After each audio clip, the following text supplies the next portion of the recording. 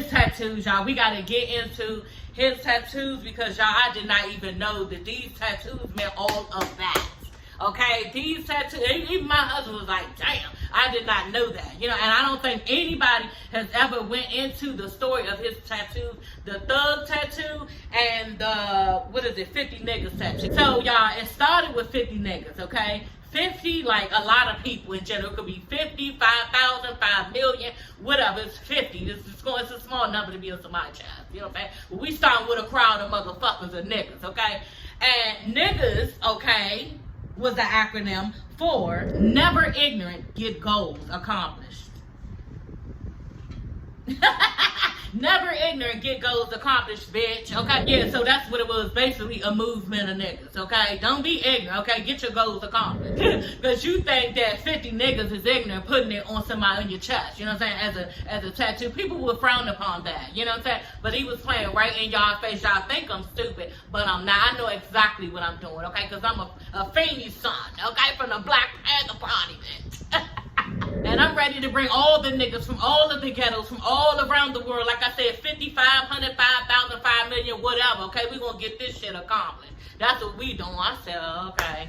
Whoo, like, yeah, you gotta love them. You just gotta love them. Y'all, then they went to Thug Life. And then when you have to say the best rapper alive, okay, because we all know who has gone and passed and who was the best rapper, that's why you have to say the best rapper alive to still respect Tupac, okay? When he's dead and gone, y'all, Tupac, I even thought about it. He would have loved this. I was in the lunchroom of where I work at, just in the break room where I work at, and, you know, I was preaching Tupac. I was preaching Tupac.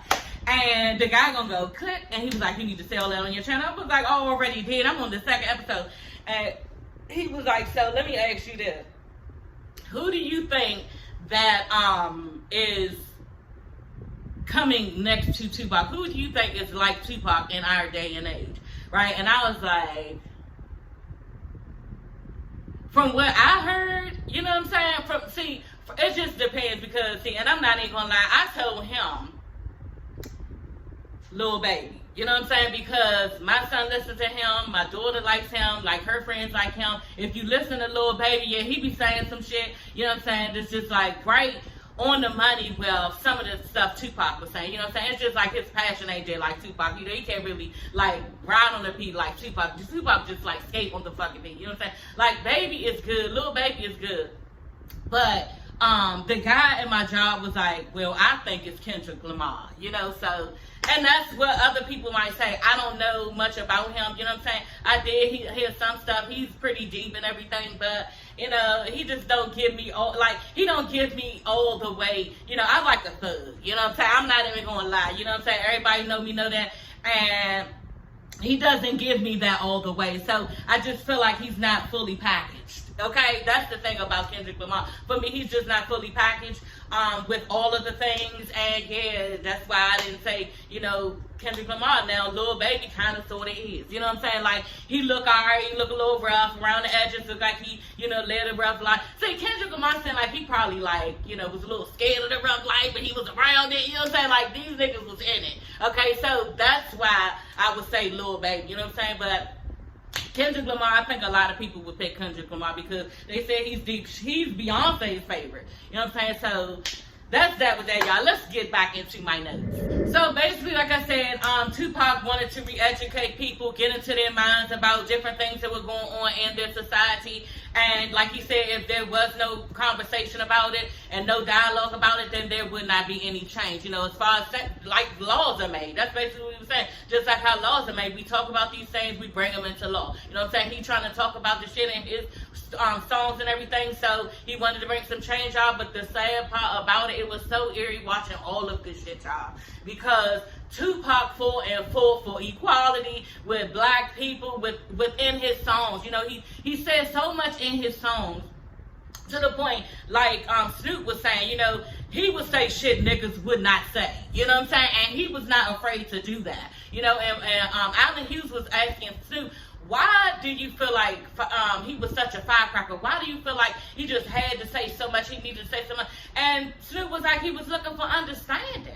you know what I'm saying, of this world, y'all. And that's what I'm saying. It was so eerie watching all of this shit because he was looking from understanding from all this police brutality shit that is actually going on right now. That's why it was eerie. It felt like somebody was speaking up for all of us in their songs when you got in the car and listened to the radio. Like, nobody would do that shit now. You know what I'm saying? It's just like too much Instagram, too much Facebook, you'll get canceled, all that shit. You know what I'm saying? So Tupac was amazing in that with actually speaking up to the world in his music and saying how this shit is wrong, how they brutally killing our black young men, and it needs to be something done about it. You know what I'm saying? So he sparked a lot of conversations with that, and you know, even back then I was not aware of so much that he said. You know, I knew that he did not like it. I did not know he was fighting so hard in his music for it because, you know, at the time for me, as a young girl, okay, seeing Tupac, you know what I'm saying, him sliding on the beat and all that and being him and doing him, you know what I'm saying, and talking this thug-like and shit and all that, all eyes on me, living the life of a thug nigga until the day I die, living the life as a boss nigga, keep it feeling high. So, I was caught up in all of that, you know what I'm saying, and just the whole little thug-like shit, the little rough, you know, roughneck niggas and all that shit. Like, I was caught up in all of that. And I really missed the mark with what the actual conversation was, honey, okay? And it was about none of that, for real, for real. Tupac was a little Black Panther in his own rights, okay? I don't know. I love Tupac, y'all. Y'all see that? And I'm never going to stop loving Tupac. Y'all know I got trust for Tupac, you know what I'm saying? I got trust. I told my husband, I said, you know what? I'm getting dressed for Tupac like I'm going to somebody's graduation, girl. Or like, you know, like I'm going to somebody's wedding or something. Because I got to sit and talk about Tupac. So, you know, I might as well look cute. Okay? And plus, Tupac probably looking down anyway. My husband know I'm obsessed with Tupac. You know what I'm saying? So he know he would, you know, not have a wife if Tupac was here. Okay? It's like, no. But for real, y'all, Tupac is just so brilliant to me. He just is, y'all. And, you know, I had no idea back then when I fell in love with Tupac who all that he was. You know, you like his swag, you like his little thug, like you like how he is, you know, his little how he skate on the beat. Fuck the nigga, don't ride on the beat, he skates, okay? His whole little demeanor, everything he's about, you love it. You know what I'm saying? But I had no idea, y'all, that he was as knowledgeable as was such an advocate for Black people and us, and wanting to just educate us in a way that we needed to be educated about what was going on back then so much, you know. I didn't know all that was going on because I was just caught up in the limelight of it all, you know, Tupac. But yeah, he is everything, you know. But anyway, y'all, let's just get back into it. Hey everybody, oh my god, I feel like I have not been on here in so long, you know. Yeah, I have been busy with work, you know what I'm saying? I said I was gonna come back and do a second episode of the Tupac episode, so I'm here to do that, you know. But I've just been doing a lot of research on tummy tucks, because y'all know I'm getting a tummy tuck. Well, y'all don't know, I told y'all I was getting a BBL, but it's gonna be a tummy tuck, you know. Did some research and found that I need to get that. You know, but yeah, y'all, let's just get into it because y'all ain't come for all of that, okay? But, you know, you want to check out your girl little ensemble on TikTok, and, you know, you can follow me on it. But you would like to follow me on Instagram. Like, I love Instagram. It's my favorite platform besides TikTok. You know, I say it's TikTok, but it's really Instagram. So if you want to see inside my life and little funny clips that I do and all this other stuff, then you can go on Instagram, because I just think it's more popping over there, you know what I mean? But anyway, y'all, let's just get into this second episode. So hot, I gotta turn the fan on, y'all can't even do it. Like, I'm hot, I can't take it. A bitch is 46 years old. This is what, you know, it is when you get my age. But yeah, y'all, so you're gonna have to listen over top of this fan, okay? So it just is what it is. So yeah, y'all, the episode starts off with them asking Gloria, his aunt, Afeni's sister, about Tupac. You know, Allen Hughes is asking her, you know, Tupac was a bit of a firecracker. You know, Tupac has been known to be having a multi-personality disorder, you know? And she's like, no, that's some bullshit. And said it just like that. She was like, no, Tupac ain't have no multi-personality, nothing. You know, he was just your average young man who had good days and bad days. You know, that's just how it was for him.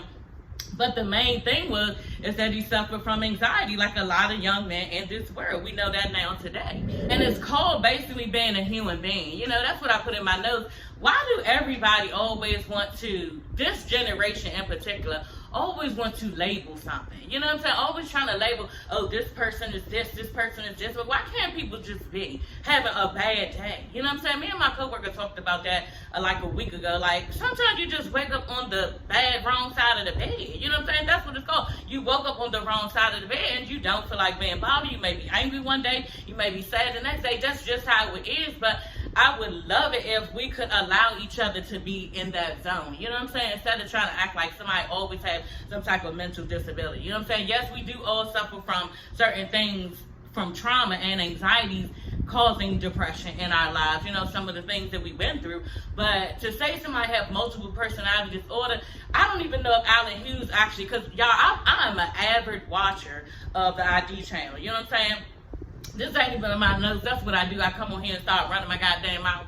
But I'm an avid, and that's what I'm saying. I didn't want to get off of my notes, but here I go again. You know what I'm saying? But anyway, I am an avid watcher of the ID channel. Now, I know of all of the serial killers. You know what I'm saying? Like, it's like a good 10 of them. You know what I'm saying?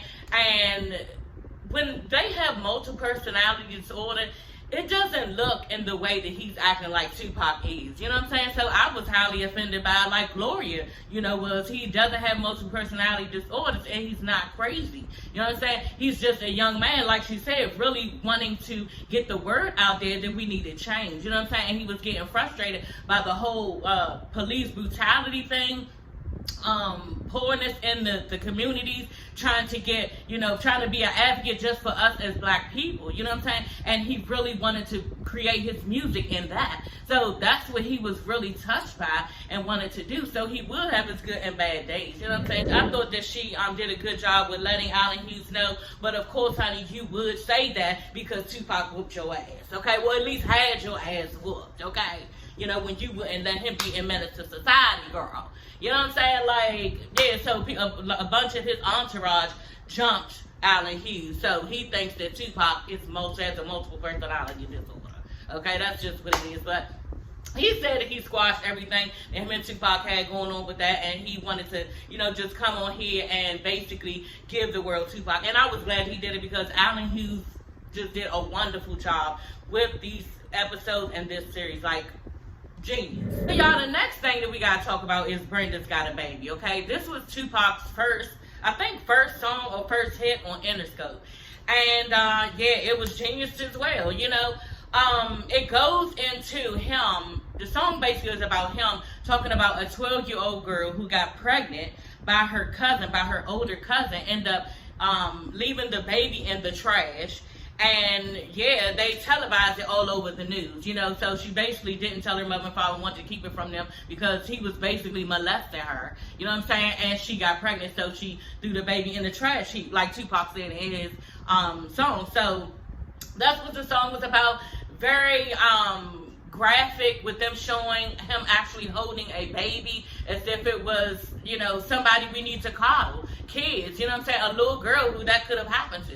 You know, they showed some footage of back in the day, on the news, back in the day in the 80s, and Tupac had did the video. They was actually saying, because we saw real news footage, they was actually saying that a trash compactor, you know, the maintenance people come get your trash, was just about to, you know, turn on the trash and heard the baby crying.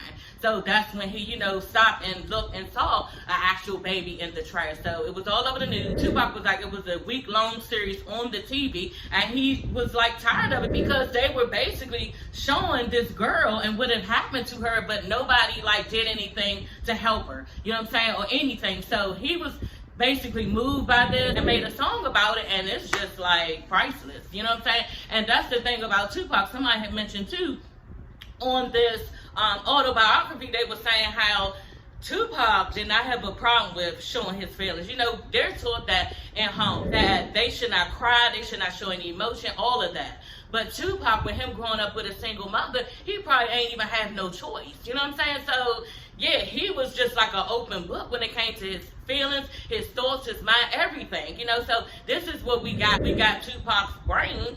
And I just think that it is I was putting on my eyelashes in the mirror thinking, damn, like, everybody's saying he a genius, but why? Let's talk about it, y'all. Like, first of all, it's like 4 main reasons why Tupac is just like amazing, brilliant. your mother is Afeni Shakur, who is basically brought up with this mentality in a Black Panther Party to fight racism. You know what I'm saying? Where there's so much hate being directed towards you. So this woman has so much knowledge and wisdom and just poise about herself and how she should move in the world full of like outright in your face racism. And then has all of this education on how to deal with this stuff, has education on how to fight back with them, all of this stuff, you know, without actually causing like physical harm to these people. And then she puts all of this into Tupac. You know what I'm saying? And then the second reason, once she got on drugs, y'all, because I have thought about Tupac's life, you know, for so many years, but not just over the years, particularly with this series. The second part, like I was saying, was how when she got on crack, how he was just left, you know, to fend for himself. You know what I'm saying? So now you got this educated mind, but then you have this street knowledge, and you have acquired this type of like mentality as a young boy to try to fend for yourself, feed for yourself, cook for yourself, do for yourself and your little sister, y'all, my silence. Do for yourself and your little sister while your mother sit back and is on a drug that she is totally possessed by. So there is no other alternative but to grow up real fast, be an adult, go outside, appear like a big boy when you're not, learn all of the big boy things around you. You know what I'm saying? Like, it's just a lot that he had to endure, and I'm sure other people did too. But what he got from Afeni mixed with that, on top of third, knowing how to express yourself. Y'all, some of us can't do that. You know what I'm saying? We just cannot do that to exactly what's on our mind, say why, and know where it probably came from. You know what I'm saying? People are woke now. You know, y'all youngins are woke now like that. But for the most part, Tupac was like that when he was 19, 18, and 19. You know what I'm saying? So the mind that he was given by God, you know, with those three things, like, good Lord, you know what I'm saying? Then the other part, with the fourth part, you know what I'm saying? And this fourth part, y'all, is just like, you can't buy this. You know what I'm saying? The way that he delivered his message over top of the beats, like, it was fucking genius. You know what I'm saying? Like, it just was bar after bar after bar, y'all. I listened to these two white people. They have a YouTube channel. We're gonna get back to, you know, this episode, but the white guy was saying, y'all, my signs, I had to blow my nose. The white guy was basically telling the girl, because they like review stuff and do different things on their channel, but he was telling her, you know, you really need to listen to Tupac. Tupac is an amazing artist. He is brilliant. He is this, he's that. And Dear Mama was awesome, and I feel, you know, a lot of his pain and his struggle in that, because, you know, even though I'm white, then I went through, me and my siblings went through some of the same thing with my mother being basically, you know, white trash working at a diner. You know what I'm saying? My mother was working at a diner. We was basically, you know, white trash. He didn't say white trash, but basically ghetto, basically from the ghetto. You know what I'm saying? And, you know, he was just telling her, look, you need to listen to it. It had this white girl crying. She was like, oh my God, like, dear mom, I can't even. She was like, how does he come up with this type of stuff, deliver it, and the passion in it? And then she was like, too, the way that he is just like bar by bar by bar, you don't want to miss a bar because you might miss something. You know what I'm saying? So, yeah, y'all, he is just amazing, y'all. And I have not seen a rapper live like him yet. Hey, y'all, so by 1991, Afeni is out of jail and she's on the road to recovery. You know, she's doing better, and Tupac is wanting her to be, you know, just celebrating success with him. So now Tupac is making money. 1991, Tupacalypse comes out. He's in the movie Juice as Bishop. Very strong character who triggered violence actually in the movie theaters. You know what I'm saying? Like, that was bad. That was a time I didn't know all of that was going on, but yeah. Said that because of Bishop's character and the character he played, y'all didn't watch Juice, you need to go back and watch it, because you would hate Tupac in this movie. You know, he was really like just a hood fucking rat up the neighborhood. Like, it was not good. And it's the epitome of somebody in the hood who is just like really violent, and they have no heart whatsoever, and they just like a cold ass nigga. He grew up like literally like a rat in the street. And they spoke on the Rodney King beating in 1991, which had a huge effect on Tupac.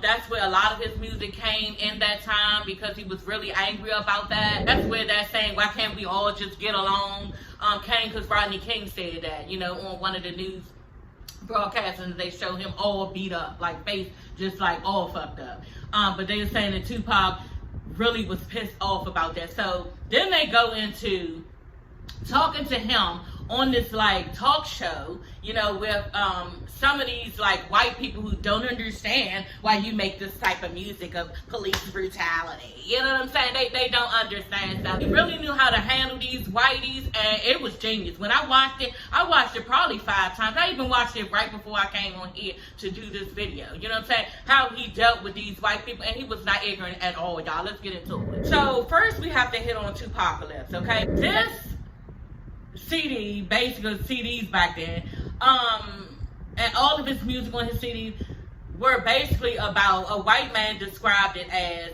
black people killing cops, okay? When it wasn't, you know what I'm saying? It was basically about police brutality, you know, the other side of things. And they just want to make us out to be the criminals and the bad people and the thugs and hustlers and drug dealers and killers and murders and all this stuff. But they don't want to take responsibility for what they have done. And they're trying to just tell you any old thing at the media, okay? That's what the media is trying to feed to you. That's basically what their point about it was, is that, yeah, the media is feeding you anything, and we need to jump on top of this and educate our people. Tupac was like, no, we need to educate each other around us to show you that it's actually them killing us, and it's just not us killing our own kind, because that's what they want to say too. It's just y'all killing y'all own. No, it's just not that. It's y'all killing us at a faster rate.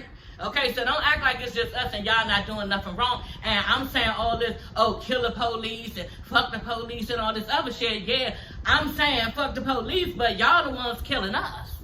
Real quick, the guy, I think his name is Ronald Howard, so he was 19. So Tupacalypse came out, you know, he talks about the police brutality in these songs, you know what I'm saying? He did have a couple ratchet songs where, you know, fuck the police, fuck the police, you know what I'm saying? He did have those things. And I do sort of think that, like Ronald Howard said, because Ronald Howard, bless his heart, I feel bad for him even today, y'all. He's a 19-year-old guy who actually went and killed the police. He was in a stolen car. He got pulled over and he killed the police. You know what I'm saying? When he got locked up, he got on death row. You know what I'm saying? He's probably dead by now. But this was around the time of Tupacalypse. And yeah, he got sent to death row. And he was telling the jury that the reason why he did it is stemmed from Tupac's songs. Like, he felt like it made him do that. And probably, I would not even be surprised, y'all. I can't even go into depth, but I saw that happen before. Like, I saw that happen before. Somebody listening to certain things, you know what I'm saying, as far as rap, and y'all, they still in jail right now. Like, yeah, that shit happened. And youngins really take to what's going on in these songs, you know, and they act it out sometimes on a daily basis. So he probably did use an influence on, you know, him killing that police. I really do believe that, you know, and Tupac is in a video saying that it's not, you know what I'm saying? He really is convinced that, yeah, that's not from my music, and he meant every word, because the guy was like, you know, how do you feel about this person? You know, what do you think that is going on right now? Because the thing about it is that he asking Tupac that, and Tupac sitting up in jail because the police officers, white and family, is taking Tupac and the label to court to sue Tupac and the label. So yeah, he's sitting up in jail right now, and the white guys ask him, you know, what do you think about what's going on right now? You know, this guy is saying that, you know, he killed this officer and it's on death row, you know, because of your music, and what do you think about it? And Tupac was like, yeah, well, yeah, he's saying that basically because he didn't want to get on death row. You know, in a nutshell. I could run down what Tupac said, y'all, because I wrote it down. But basically, that's what Tupac said. Yeah, he's saying that to save his own ass because he don't want to be on death row. I said, ooh, like, and he really didn't have no type of remorse for the situation, it looked like, because I think for the most part, Tupac probably was glad just because a white police officer was killed and not one of his friends. You know what I'm saying? That's probably how he felt, you know, and it looked like it, you know, because when they was asking him about, what about your music? You know what I'm saying? How does it go into thing? He was like, yeah. What did he say? He was like, it say, this is a lesson to the rednecks, crooked cops, who you fuck with real niggas, you fucking get your head dropped. And then he was like, some of the cuts go, yeah, some of the cuts, they go like, fuck, and he was sitting there in the jail, he was like, fuck a damn cop. Like, Tupac, you are sitting in jail right now, girl, you better calm down. Like, but he wasn't real hype, he was just inside, like, pissed off about all of the police brutality, just like now, y'all, like, it was so eerie to watch how the same thing that was going on then is still happening. You know what I'm saying? It's still happening and nothing is being done, y'all. And I'm with Tupac. It must be a special heaven for us as black people because this shit is so fucking wrong. You know what I'm saying? And just for me personally, you know what I'm saying? Me and my whole family and my household have discussed it. Y'all, I wouldn't want to be nothing but a black person. You know what I'm saying? Because I got a feeling all them motherfuckers going to hell. Like, y'all can't be doing God people like that. Y'all, the way y'all doing these white people doing black people is wrong, and it gotta be some type of like punishment for this shit because we are God's people too. Okay, and y'all is doing too motherfucking much, and I don't think they see nothing wrong with it, honey, but everybody got to answer to something and somebody, and you will answer to your maker. I do believe that because we're all still his people, and you treating his people in this way. You know what I'm saying? So Tupac was really adamant on getting the word out, and yeah, we just wouldn't have that right now today because they've been to cancel your ass. You'd be sitting somewhere, you know, can't pay your rent and all this type of shit because motherfucker can't you because you done said too much. You know what I'm saying? But Tupac was not scared, he was not afraid. So y'all, then you see Tupac on this like talk show, and he's talking to Whitey, okay, about basically Tupacalypse and how this young man killed the police officer, you know, and so how, you know, the media's acting like basically it's the reason why the little boy did it is from Tupac's music, you know what I'm saying, and he was influenced basically. And the lady is asking, you know, how do you feel about it? And Tupac was like, yeah, my music wasn't about killing cops. It was basically about somebody who was scared of police brutality and panicked and shot the cop. That's what it was about. It wasn't about killing cops, you know? And the point that Tupac was basically trying to deliver was they want to show us, the media wants to show us the negative part and not the whole story, you know? So that's what he was trying to get at. And he felt like, you know, he wasn't going to censor his music because we need, like I said, he said we need to have this knowledge that this type of shit is going on, you know? And there's no change if we don't know that it's going on. So I need to talk about it. I'm not going to censor what I need to say. That's basically how Tupac reacted to the entire situation. So then the one white boy gonna go, yeah, you don't think that you're advocating cop killing? He was like, nope, all my songs are about police brutality and self-defense. You know what I'm saying? With a huge, big-ass smile on his face like, yeah, gotcha, bitch. Okay, yeah, you're not about to go there. And then the one guy was like, well, don't you think, because it's like a panel there. He was like, well, this man, you know, pointing over to a white officer, look racist as fuck, by the way. You know what I'm saying? This man goes into your area where you live in your neighborhood, and he, you know, he's putting his life in danger every day. And Tupac was real smooth, but he said, you know what, and I respect that man. He said, but the thing about it is, we don't have the batons, the guns, the spray that they have. We don't have any of that on a daily basis. So yeah, get him when you feel it. And now on top of that, we need to keep having a conversation. And that's where his music came from, y'all, conversations about this shit. You know what I'm saying? And it's sad to know that nothing even went on from it. You know what I'm saying? It's the same shit going on even now. I gotta be afraid every time both of my sons step out this house that they coming back. You know what I'm saying? It is what it is, but at least somebody had the balls and the wherewithal to try to speak up. You know what I'm saying? Because nobody is doing that now at all. Because we canceling each other.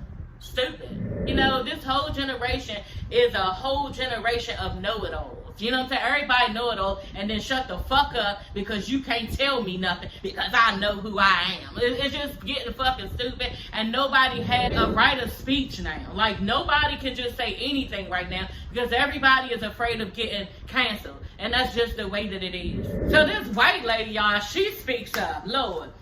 Yeah, and I just would like a better future for the next generation because, you know, Tupac is suppressing his people. I said, ooh, you know what? Tupac said, what do you know about my people? She was like, I know everything about your people. And then everybody was like, oh, the whole one was like, oh. And Tupac was like, what? You don't know nothing about my people. He was like, just because you sit behind closed doors and give to some community every now and then to wipe away your guilt does not make you know anything about my community. You don't know about the pain, the hurt, the sorrow, the tears, none of that we go through. Like, he started going on this white lady. I was like, good, that's what your ass get. By the time he finished with that ass, she was sitting back. Oh, dumb. Bitch, shut the fuck up. How you gonna tell a race you know about their race? Like, so this white boy, y'all, he is just looking at Tupac like he just can't stand his guts, y'all. He looking at Tupac at the end of the stage, you know, because he's doing the fall. And he's like, well, what do you think the end of to all of this is? You know, violence, right? And Tupac was like, with such ease, such poise, okay, so proud of himself. It's making music. It's what I'm doing now. Like, yeah, I'm letting the whole world know what y'all doing, what y'all niggas doing. And the thing about it is, don't think I'm stupid. Don't think my people is stupid. Because we see exactly what this is, okay? You ain't pulling no wool over my eyes. I know exactly what's going on. My husband started laughing, y'all. He looked at that TV. He said, Lord, everybody on that damn stage slower than Tupac. I said, exactly. They so motherfucking dumb and slow.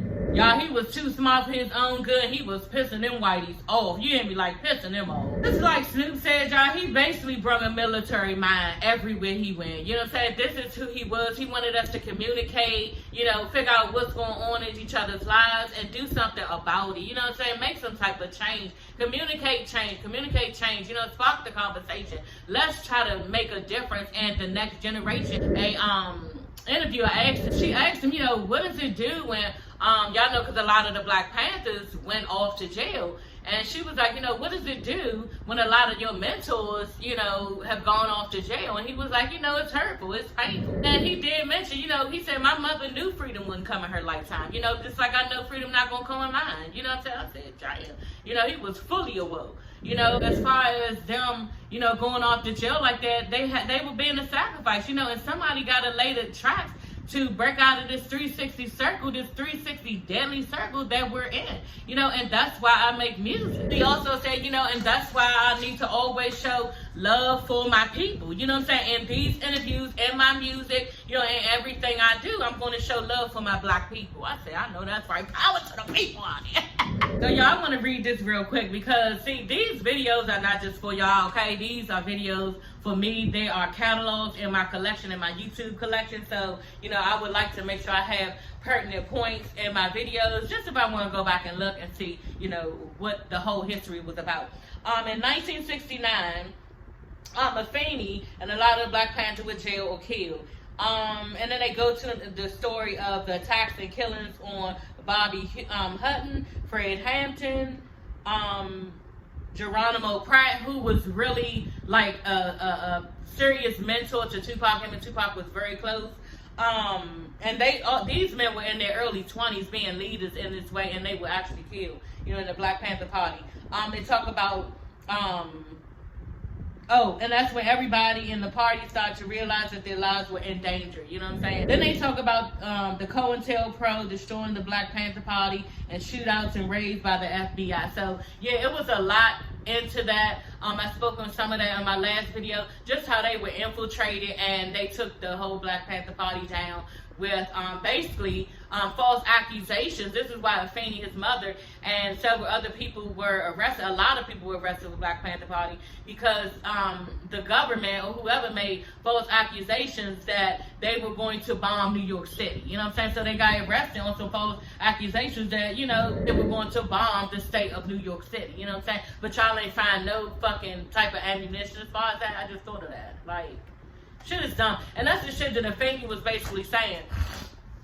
She was, because they had took her to jail and she had $100,000 bond. And she was just like, it wasn't really the accusations, you know, why she was afraid. She wasn't afraid of the reason why they put her in jail, because it was some bullshit. You know what I'm saying? You can't arrest me for saying we're going to bounce and shit. We never said we was going to do that shit. Like, that's dumb. But she was saying she was afraid of the 100,000 bond. Y'all know you got to put 10% down on a $100,000 bond, so that would have been $10,000. You know what I'm saying? That they would have had to come up with, and everybody in jail, so I was supposed to get any of that. So y'all, Poetic Justice, okay? So this is a movie that was really good. Y'all need to watch that too. My daughter asked me because she watched it the other day, and I was like, no, not yet, Mama. Just wait. You know what I'm saying?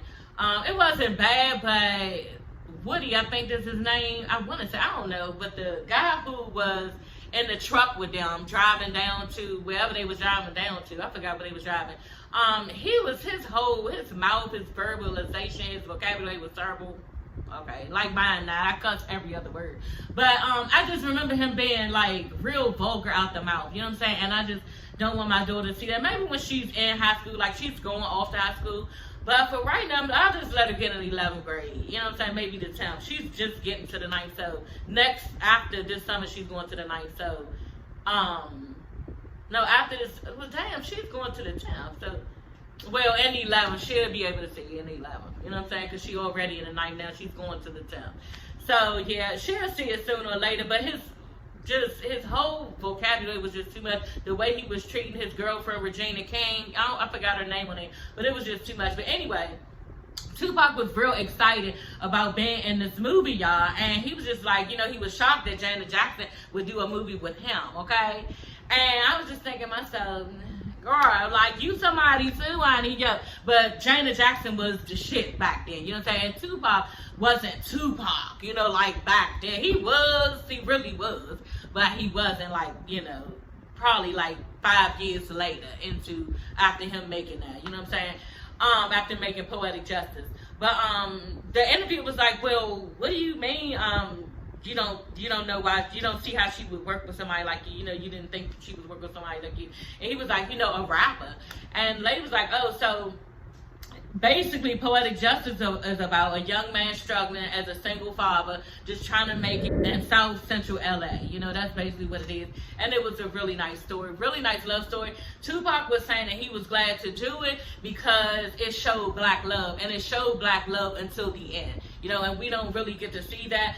And in those times, you didn't really get to see a black couple. You always saw people like Baby Boy fighting, Baby Mama drama, all that other shit. But you don't really get to see black love in the cinema and black love working out. So he was proud of that. And again, power to the people, motherfuckers. So this is around the time he moved his mother to LA. And yeah, he made her his PR person, you know what I'm saying? He knew she was brilliant, intelligent, you know, she had never been in that job before, but he knew she could pull it off, you know. Something funny that Chloe had said, his aunt, Afeni's mother, because at this point, Tupac was becoming somebody, you know, and I think it was later on, but I just want to say it before I forget, and it might not even be in my notes. Y'all know, I don't know if y'all know, at one point in time, Tupac had dated Madonna. Y'all.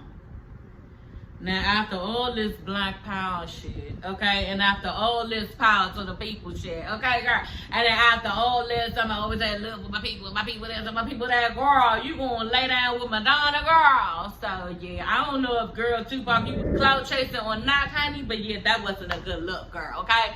And Chloe said that he came to her brag and was like, yeah, guess who I did it to? And she was like, who? And she told him, and then the next thing you know, Afeni found out, and Afeni was not happy. And I was like, I know she wasn't. Not after all she went through with Whitey. Girl, and then how they just, like, glorify a white woman. And back then, on top of that, like, I know his mother wasn't with that shit. Wasn't pressed to me, this bitch, no way, no how. Like, I knew she was over it. You know what I'm saying? And that relationship quickly ended. Anyway, y'all, so the court, Afeni's court. Basically, you know, she played her own lawyer in court. You know, she told the bitch thank you, but no thank you, but I know my story better. Afeni's take on it, y'all, was I can represent myself, okay? And if I'm in that courtroom, I can talk directly to the judge and directly to the jury, okay, on what I need to say, y'all. And they were playing some of the stuff that she was saying. She sounded like she was saying like this black empowerment poetry stuff. Like, yeah, y'all not gonna look at us like we some type of menaces to society because we're standing up for ourselves and we just want peace for all. Like, it was just really, breathtaking the way that she did it. And this bitch is genius as well. Like, no wonder. And that's the thing that they pieced together. The documentary showed them talking about how strong Afeni was in the courtroom, and then Glow was like, yeah, she always just like captivated her audience, and Tupac, her son, this is what Glow said, and Tupac did the same thing. He always captivated his audience. This is what they both did, and this is why they're both brilliant. Then they went in right after that piece, they went in saying how Tupac was, doing a very good job, and I get around, you know what I'm saying? So they brought that little video up, I get around women in the pool, the bitches in the pool, everybody having fun and all that, and saying how, everybody by this time had fell in love with Tupac like they fell in love with Afeni. So now, y'all, Tupac is in the prime of his life. He's making a lot of money. He's doing a lot of stuff. He's made Tupacalypse. He did the movie with Janet Jackson for Poetic Justice. He did the controversial movie Choose. He just doing it all, you know what I'm saying? And like they said, with all of that comes jealousy, okay? And now Tupac is at a festival and they start getting jealous. People start getting jealous, haters. And they start chasing Tupac and his entourage. Well, somebody ended up shooting, and the little boy across the street, his name was Quad, ends up getting killed. And he felt responsible for that. Even though he didn't do it, he felt so responsible. Because everybody was saying, his name was attached to it. That's why the little boy died, so this fucked Tupac up. And later she spoke about that time. She was like, that was the hardest time in his journey, and that hurt for him never went away. And in the movie, they really show him, and I look like a pop from Poetic Justice, really. They just did a reenactment, I guess, from Poetic Justice, man. They were just showing him full of emotion, and it was something in the background, like a woo, woo, woo, saying in that type of voice. It was like, you're never gonna get that name out of your head. It will always haunt you. Like, it was like so real. You know what I'm saying? And that was a nightmare, it sounded like, because nobody wants a child's killing to be attached to them as if they are responsible for it. And any moves you made, it's because of what you did. You know what I'm saying? So Tupac suffered a lot of guilt from that. And Layla said after that, it really changed how he dealt with people in general. So yeah, that was probably a weird time in Tupac's life and scary. Like, damn, that's messed up that a child got killed on your, basically feel like your watch.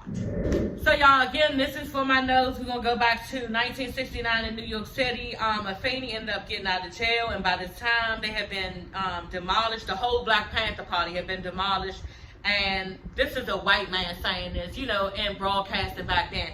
Yeah, it's the Black Panthers' presence was so weak that it was an embarrassment in New York City. Like, okay, you ain't have to put it like that. You know what I'm saying? Like, white people love us just like melting down in depression. That's what they want. Like, get over yourself to make yourself feel better. People up there fighting for some shit that you did to them and they don't have a right. Lord. They were leaderless. They were struggling to keep the Panther offices open. No free medical programs, no free clothing programs, just press. Like, yeah. And basically at this time, y'all, the person narrating is saying how hard it was for Afeni and she couldn't get any sleep because she was doing all of these jobs, and then they played Tupac's Hold Your Head. Like, that shit. When they played, I was like, oh my God. I wake up early in the morning, mind stay so military. They played that shit. Y'all got chills right now because, yeah, it's her. She woke up in the morning. Her mind state for military was like, I gotta get it. Her mind state was military. Like, man, we gotta go and help these people. Like, I gotta help my own kind. Like, even though everything is crumbling around us, we still have hope. Like, now, when they played Hold Your Head, I said, y'all play too much. Like, this damn series, y'all, was so good that it was out of this world. I told you, I've seen a lot of series. You know what I'm saying? And, yeah, it ain't none that's top this one. It's probably because Allen Hughes had so much to do with Tupac. Like, he really had a relationship with this man. I feel like every other person who did other series or just an autobiography was doing it for the clout, or just to actually probably show us Tupac, but you didn't really like know him. You know, this whole thing, this whole series, y'all, they was playing his music and reminding me of different songs, y'all, so I could get in the car the next day and be bumping on the way to work. Okay, so y'all, they put the songs right where it needed to be, like, y'all. So then, y'all, the documentary starts to speak on the fact that 70% of the white kids are buying rap music. Okay, I said, yeah, I remember when a lot of that was going on. And Tupac, y'all, was saying this, you know, yeah, and they can go to the store and pay $10 for a whole lifestyle of game, okay? Hood 101. I said, ooh, okay, yeah, that's basically what they was doing. And the one guy, one of his close friends, it might have been his cousin, was like, can y'all imagine that? You had this Tupac person on the wall when these white kids' parents walk in their room, and they just like, take that down, put Clint Eastwood up. Like, bitch, no, they want to hear some hood ass shit, okay? That's what it is. You gotta love it, y'all.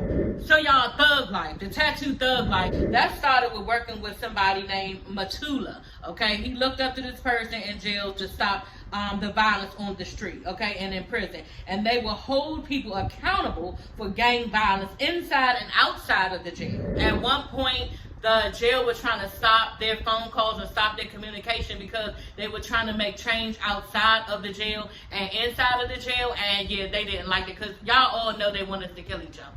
That's just what it is. And, you know, that's why when I hear the black on black violence that we are having, that we always had, I get frustrated. You know what I'm saying? Because this is what Whitey wants to say. Look at what y'all doing to yourselves, to each other. Then why we not doing nothing? You know what I'm saying? So if we could just start there, then we could just blame it all on Whitey, because Whitey is killing us at a whole nother rate. You understand? So this is what Tupac merged with Matulu about, and he was another mentor in Tupac's life that held the jail down and just really had everything on lock while in prison. And he knew that Tupac had everything on lock outside of the prison. So basically it was a thug life code to put an order to violence, okay? So I thought that was nice and very creative. And I just thought that he was really trying to make some type of change, you know? And they had all of these people who, they were in jail, but they were educated people just standing up fighting for their rights. They had done no type of criminal activity wrong or anything. They just wanted equality, you know? So you can't be mad at them for that. And Tupac is basically saying, you know, I'm trying to clean up the dirt. We trying to clean up the dirt. I can't change the dirt that's here, you know, but we can all try to put it in corners and push that shit away to the side. And I'm going to give my whole life to this plan for Thug Life. And this is the plan that I have for Thug Life. And I'm like, wow, he played a really big part in just being a spokesperson for the community, for the world. You know, and this is why for so long, when people start to actually study Tupac music, they saw him as a just open, woke soul, you know, and just like a fighter, a pioneer, you know, and people respect him to this day. People of all walks of life, you know, white, black, any type of person, like everybody respects Tupac, because we all know now how fully educated he was and how, you know, open that he was in knowing what the struggles were as a black man. He even spoke on some of Afeni's, you know, struggles as a black woman, you know. So I just thought it was great how he was such an influencer. You know, yeah, he did influence certain things, certain other things. You know, I would disagree with Tupac on that. But for the most part, he spoke of, let's get the word out there to stop all of this violence. And we need life to change, and it has to be a better way. It has to be a better way. And they spoke on, you know, how the fact he was a spokesperson for the code. You know, because this was a real job, you know. At one point, he was going to be the other spokesperson for the new Black Panther Party, but he had got the record deal. Y'all remember that in my last video. But he was the spokesperson for the Thug Life Code, and at times he struggled with that because sometimes he felt like he had to perform to be this image that everybody wanted him to be, you know. And I just said, ooh, like, there had to be a lot of pressure. And he did say that in like 2 interviews that I saw, you know. He did have a small identity crisis because of that. You know, he did feel some type of way with it. Like, just like they always say, he knew exactly how he felt, and he was going to voice it every time. And he voiced that he was uncomfortable with all of that pressure put upon him. But I think wanting to make change and wanting a different world for the future generation just outweighed all of that. It just did. So that was just the most part of it. I think that he started straddling the fence and feeling overwhelmed, so then he started going to more like the street like life with it, but then still incorporating some of that like awareness and black power, that we need to be aware of things that are going on around us, and still stand in your struggle strong and stuff like that. He was still, and then Tupac started it too. In his music, he started to talk to God a lot more. You know what I mean? He was struggling with who he was, what he had done in his past, things that were going on now. Like, he had a lot on his mind, and he brought a lot of God into some of his songs, but he did it so eloquently and cynically that, you know, it was very touching, you know, and it was very, it gave you chills when you listened to it, because he was really talking to him. He wasn't asking him for anything. He was asking always, is there heaven for a G? You know what I'm saying? From all of this pain that I'm going through, pain that I may have given somebody else, pain that I've lived in, pain that I've gone through, all of this stuff. But he really wanted to know, is there a heaven for me? You know what I'm saying? As a young black male who's always been stranded and living in jail cells, like, it's just a lot that he always wanted to know from God, as opposed to what we do on a daily basis and is asking him for something. You know, Tupac really spoke to him a lot and tried to find out why certain things was going on and why he was going through certain things, and he just never really asked him for stuff. He asked him, you know, is there a heaven for a G, like I said, but it was mainly asking him to relieve some of the stress and pressures from life. You know, if I can, that's what it was about. You know what I'm saying? Him really wanting to know what's going on in his life that I was given, and, you know, how can I take some of the stress, pressure off for me to live a happy, you know, normal life? You know, that's what he wanted, though. Tupac is sitting in an interview, y'all, and he is just telling this lady, the interviewer, how, you know, everybody wants to know, you know, you've made all this money, you've, you know, done these movies, you've made these CDs, this music and everything, and, you know, you still have an attitude, you know. And he was like, yeah, because basically somebody has had their foot on my neck. Okay, he said this back then, y'all. This was like in the 90s. Somebody has had their foot on my neck for 20 years, and he's still struggling, and it still feels the scars and pains of that, and money and fame ain't gonna change all of that. So, like, what are you saying?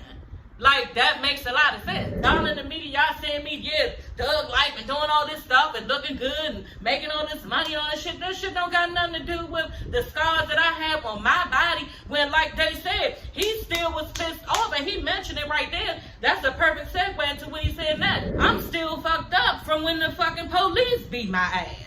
You know what I'm saying? Like Tupac said, I had always rapped it in my songs. You know what I'm saying? Knowing that it had happened to one of my friends or something. Then now the shit happened to me. Oh, the shit is real. You know what I'm saying? And the shit is eerie. And yeah, that's when he was like, no, like, it doesn't matter what you have. It matters the fact that what is going on with you, and money is not the root of all happiness. It's just not. It's actually the root of all evil.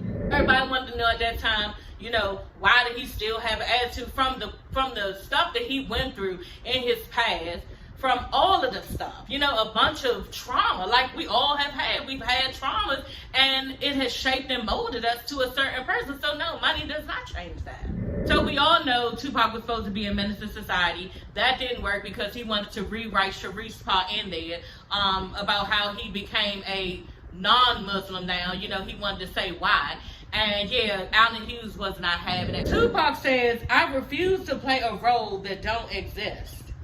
I will be a young nigga, but I will be a real young nigga. That's what I'm gonna be. You gotta go back and you gotta understand where I came from, okay? This is where it is. But the thing about that, Tupac, is, girl, yeah, we ain't had time for all that in medicine society, okay? So we had other things to talk about, and it wasn't a Muslim, okay? So yeah, I just feel like Tupac ran with that because he knew he was Tupac at the time, and yeah, he needed to come down off his high horse because this is this man's movie, and you cannot be coming and telling him what character needs to be rewritten Okay, we're not doing that. Allen Hughes was like, yeah, no, but he did say that he should have listened to Tupac and did that. But I think he's saying that shit now because Tupac is all genius and everything. But you ain't do that shit. Like, he wrote the movie for what he wanted to write the movie, and that's just it. And I really don't think that. Well, you know what? Maybe it wasn't. I'm looking at it as if it would be a large piece of the movie, and it probably wouldn't. It might have been just a short segment for to give, you know, a quick life story, you know, maybe like a whole paragraph worth of a movie, you know what I'm saying, maybe 2-3 paragraphs of who he was narrating of, you know, when he was moving around in the movie. It could have been done like that, but he did admit Tupac was right and he should have did that. So Tupac, y'all ended up telling him, you acting like a bitch, and Allen Hughes told him something, you acting like a bitch, and then Tupac told him, well, if I'm acting like a bitch, then you need to smack a bitch. Basically, did you just dare somebody to smack you? Cause yeah, bro, you could get smacked. But yeah, Tupac was a little fiery, honey. He ain't had no right back then. I just think so. So y'all, when Tupac's entourage had Allen Hughes jump, Tupac was in the media acting like, you know, he was that nigga. Tupac was caught in the media saying, yeah, I can't help it if they whooped your ass, you know. But the public was saying behind closed doors, he felt really bad. I wonder how many niggas act like this and then get behind closed doors and they act like a human being.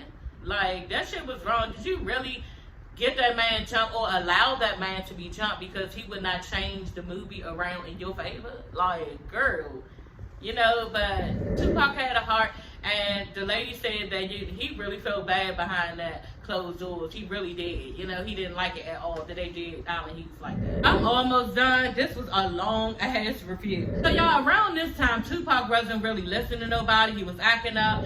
So then he moved to Afeni and gloated with him, and it was a better environment, slower environment for him. And at this time, he's trying to slow things down. You know, after the guy got jumped and everything, he looked kind of violent all over again. Coming off of the violence done at the movie theater when Juice was out, here come another violent thing. Then the little boy had got killed. You know, so it's a lot of violence surrounding Tupac, and I think now he's trying to slow it down. I think this was a moment, like his mother said, this was a moment in time for me when I got to really talk to my son, understand where he was coming from, because y'all know she off the drugs by now. Actually be with her son and understand. She said she spent a lot of time with him in this point. And so this time you could tell, you know, he's got his mother in his ear. He goes back to being a role model, you know, for the youth, saying that he wants to make an impact on today's youth and everything like that. So he's, you know, playing the good boy at this point again, you know, after several things that went on in his life to affect, you know, his mental state. So at this time, Tupac, you know, has brought his mother home. Of course, the family is going to reap the benefits of it.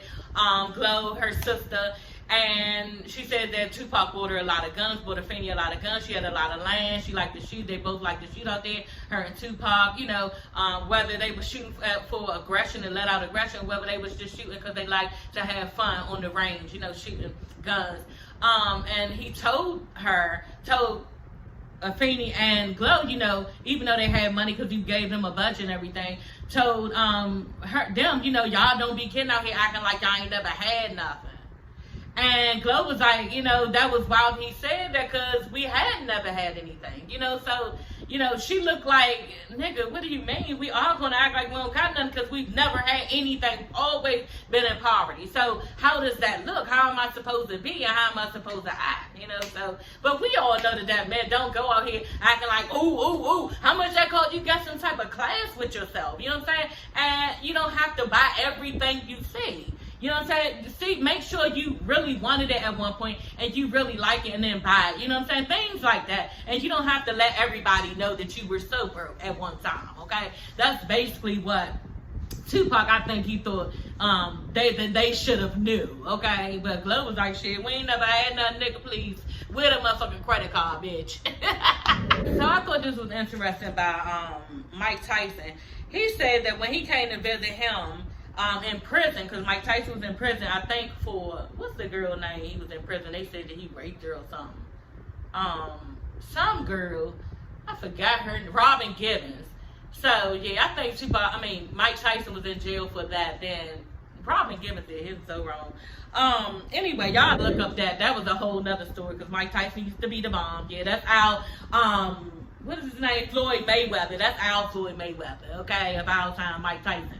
But Mike Tyson used to knock motherfuckers out. Like, it'd be round 2 or to round 3. Your ass better not go to the goddamn bathroom, the kitchen, or Nathan, because the nigga be knocked out the fucking fight over. Okay, so yeah, that's how Mike Tyson did it. You know, that's why I still be a little bit bothered when I gotta sit there so long for all these rounds that Floyd Mayweather does. But my husband just got it all in his head that this nigga knows boxing and he's just a good competitor and all this other shit, bitch. When a nigga gonna knock somebody out? That's what I want to see. That's what I'm used to. You know what I'm saying? But it's nice to see Floyd. I like Floyd Mayweather because I like his personality. Like, it's like, yeah, nigga, I'm that nigga. Can't nobody fuck with me. And yeah, I'm that nigga. So, you know, I like his attitude. So yeah, I like him for that. That's how I like to see him fighting. And he do little shit like the other one my son like, the light skinned little boy. Geronimo, what is his name? We always watch him on the fights, but he cocky like him too. Him, and he under Floyd Mayweather, the little light skin one. He is real cocky like that too in the ring, be doing little shit to their component and all that stuff. So they cute and everything, but yeah, can't nobody fuck with Mike Tyson. So Mike Tyson is saying how Tupac came to visit him in jail, and yeah, everybody was so excited to see him. Black, white, Puerto Rican people, everybody was really excited and thought that he was really special. Thought that Tupac was really special. He is. Okay, but he always thought, man, he was too intelligent to act the way that he did. And the way that he conducted himself was just too much. Like, that's what Mike Tyson said. Like, yeah, the way that he conducted himself, he should have did something else because it just was too much. He was like, at one time, Tupac had got up on the table or something, was doing some type of dance. He was like, man, you need to get down. You know, he was just always sound like causing attention to himself. That's what it was. Y'all know Tupac was that showboat, show-off type of person, and that's just how it is. So now y'all, Tupac is pissed, okay? Because at this time, the white police officers that got off, they have been acquitted of beating Rodney King, okay? And yeah, they don't have to do no time. And I think that they did give him a settlement, give Rodney King a settlement of $3 million. But at the end of the day, you beat my ass and you walked off, like, and you saw it and it's on tape. That's what Tupac was saying. Y'all see this shit? This shit is on tape. And they not doing nothing about it. I remember that time. It was terrible. Like, it was real bad. I was living in Northeast DC and my father had that shit on the channel, on the news. And he was like, man, like, this is fucked up. You know what I'm saying? And yeah, you see them doing this shit and there's nothing happened to them. So basically they were saying at this point, Tupac was determined to protect our people and, you know, always would, and said that he always would. And yeah, they showed the police Tupac shot in the ass, and then they showed the police limping off to the car. You know, I'm just like, ooh, okay, so was that right afterwards? Yeah, I think it was. I think that the Rodney King shit influenced him, like he tried to say that his music didn't influence the little boy to shoot the officer. Tupac was influenced by the Rodney King's beating. You know what I'm saying? And when he saw that man getting beat like that, it was a flashback for him when he saw the white man hit the black man. You know, so he felt like he was doing his, you know, due diligence, and he was doing justice when he took up for the black man. And that's how Tupac ended up shooting the police. He did not know it was the police, it was an undercover police, but he shot the police in the ass, okay? So yeah, y'all, that is all for this video. This video was very long, and I'm gonna post it, because yeah, it's like chronicles of my YouTube channel, and I always want to have this type of material so that I can go back and look and learn all about Tupac and his life. So I will be doing the 3rd episode sometimes next week. It'll probably be on Saturday like this, because this is a good time to do Tupac's videos, because they are really long and they have a lot of information that they have in each episode. So yeah, these videos gonna be long, and I don't even care, because I want to have all of the information that I have in my catalog about Tupac. So that's just me. So I will see you ladies and gents later. Bye.